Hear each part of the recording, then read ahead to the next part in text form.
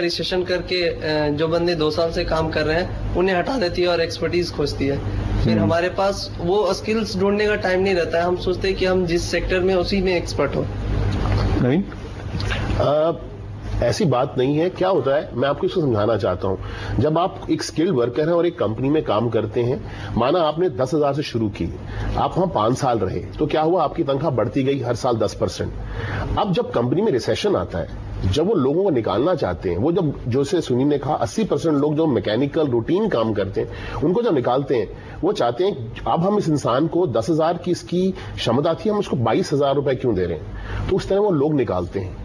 तो उस समय मैं ये चाहता हूं कि आपके पास एक स्किल और एक कॉस्ट एडवांटेज से आप घुस सकते हैं। बहुत सारे रोल होल्डर अगर आप कंपनियों में देखें तो आप पाएंगे वो एक ही स्किल के साथ 10 साल से इतना ग्रो कर गए हैं कि कंपनी को उतना बेनिफिट मिलता नहीं है उनके, सिर्फ एक्सपीरियंस गेन कर रहे हैं उस कंपनी में और काम वही कर रहे हैं जो 10 साल पहले वो काम करते थे, आज भी वही काम करते हैं और 10 साल में उनकी तनख्वाह हर साल 10% बढ़ गई। तो कंपनी कहती है इस इंसान का क्या फायदा, सिर्फ 10 साल का एक्सपीरियंस मेरे लिए कोई फायदे का लिए नहीं है। तो दोनों के लिए सोचने वाली बात है, चाहे एम्प्लॉयर हो चाहे एम्प्लॉय हो। जी, आप कुछ पूछ रही हैं? जी, अभी इन्होंने कहा कि हम लोग जो लोग मार्केटिंग से हैप्पी नहीं है वो हेल्थ में जा सकते हैं, but how is it possible? अगर किसी ने मैनेजमेंट का कोर्स किया हो तो वो सडनली हेल्थ में कैसे एंटर कर सकते हैं? हेल्थ में मार्केटिंग प्रोफेशनल्स नहीं जरूरत होती, हेल्थ में मार्केटिंग प्रोफेशनल्स भी रिक्वायर्ड होते हैं हेल्थ के मार्केटिंग। अब यहाँ पे देखिए एक डिस्कनेक्ट है जो मैं बताता हूँ आपको। जब आप हेल्थ की बात करते हैं तो आप डॉक्टर के अलावा और कुछ नहीं सोचते। वही शायद यही तो हर फंक्शन को एक इंडस्ट्री की तरह देखिए।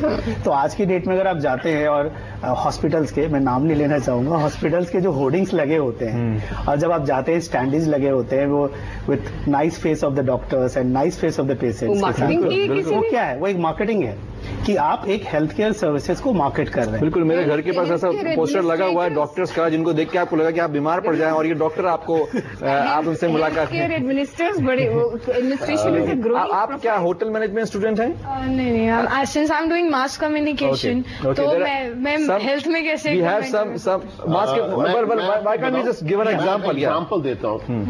क्या कम्युनिकेशन की जरूरत हॉस्पिटल्स को नहीं है? मैं आपको एग्जांपल बताता हूं। आज की डेट में एक हॉस्पिटल नहीं है, हॉस्पिटल की चेन्स है जो हिंदुस्तान में 20 जगह, 30 जगह, 40 जगह है। The amount of internal communication they have to do between one hospital to another hospital. हर एक शहर में, हर एक हिंदुस्तान की स्टेट में बहुत अलग अलग भाषा बोली जाती है। उसकी ब्रांडिंग, कम्युनिकेशन, कस्टमर्स को जो मटेरियल दिया जाता है, डॉक्टर्स को मटेरियल, इतना कम्युनिकेशन, ये communication, internal communication, external communication is a full fledge department in hospitals. हम ये समझते हैं कि मास कम्युनिकेशन का सिर्फ मतलब टेलीविजन, न्यूज़पेपर है। हर एक कंपनी का एक मार्केटिंग डिपार्टमेंट जिसमें कम्युनिकेशन है। There are hospitals who would have news letters, internal magazines, industry magazines, their own press releases. They have communication with doctors, they have front line staff, they have franchise hospital, they have clinics, in house advertising, branding. Don't be limited by your skills. In fact, look for other areas where you can apply those same skills and get the same returns, even better results. I have one request. मेरा एक request है, हम ना एक prototype बना देते हैं। मैं मार्केटिंग का आदमी हूं, मैं फाइनेंस का आदमी हूं, मैं मीडिया का हूं। आप ये पता लगाइए अपने दोस्तों से, मीडिया, अपने जो जानकार इस इंडस्ट्री में, कि मैं मीडिया से हूं।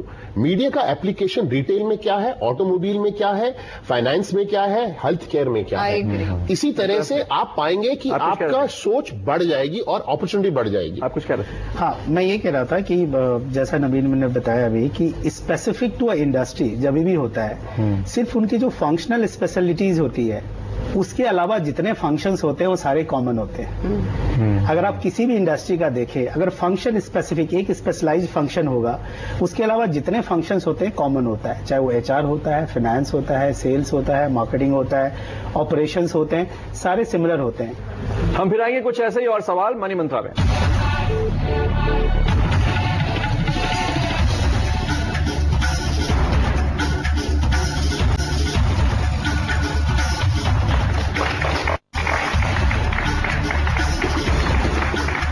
मंत्रा में हम बात कर रहे हैं भारत के जॉब मार्केट की, जॉब सीन कैसा है, एम्प्लॉयर्स कैसे लोगों को रिटेन कर रहे हैं और एम्प्लॉयज कैसा बिहेव कर रहे हैं, फिर नौकरियां कहाँ मिल रही हैं कहाँ नहीं, ऐसी बहुत सारे हमने बातें की हैं।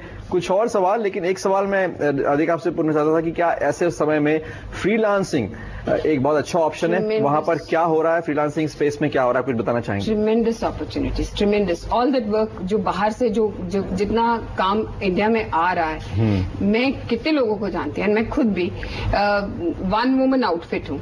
I'm a one woman outfit. I work from home. I'm a consultant with FW also. I'm a one woman outfit. मैं book edits करती हूँ सब ये I bid on projects. I get projects from overseas clients. And मेरी तरह ऐसे कितने freelancers हैं. And we make more money than we would have in a regular job. There's several opportunities. You get to deal with international clients. Your horizon widens. Your experience. So you're saying you are also a freelancer? Yeah, I'm a freelancer. And my employer knows that. And your employer knows which is why I'm a consultant with them. So ये flexi arrangements, and I go to office only once on Thursday, once a week. So they know it.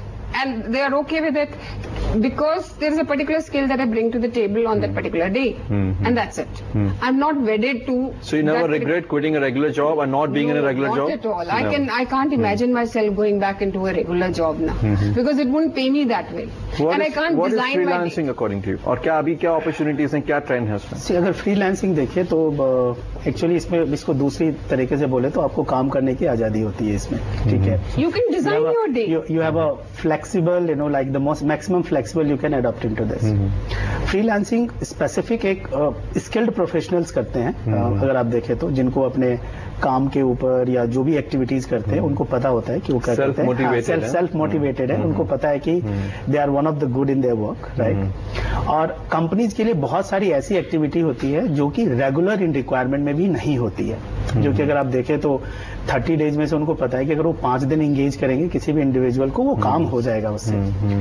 तो ऐसी situation में वो individual के लिए और company के लिए दोनों के लिए फायदेमंद होता है। यानी एक एक्टिविटी है जिसमें कि टोटल 5 डेज होना है, तो उसके लिए आपको एक फुल टाइम एम्प्लॉय रखने की जरूरत नहीं। नंबर कंपनियां भी ऐसे लोग ढूंढ रही हैं जो कुछ प्रोजेक्ट बेसिस पे उनके साथ काम करें, अपने घर से या उनके ऑफिस से भी। आजकल तो कुछ ई कॉमर्स की वेबसाइट्स आ गई है जहाँ पे कि फ्रीलांस जाके बिडिंग करते हैं प्रोजेक्ट्स के लिए, और जैसे कुछ ई लैंड्स हैं या कुछ है, जैसे कुछ आप देखेंगे जहाँ पे। लेकिन ये था कि काम फिर भी करना ही पड़ेगा बिना काम कर रहे हैं, अपने प्रोजेक्ट चुन रहे हैं। बिल्कुल। तो जैसा सुनील ने कहा कि सेल्फ मोटिवेटेड, खुद आप अपने बॉस हैं और आपको काम टाइम पे खत्म करना होगा। कुछ और सवाल जी पूछिए। जैसे सर ने कहा था कि हमें अमेरिकन सिस्टम पे चलना चाहिए, हायर और फायर के सिस्टम में।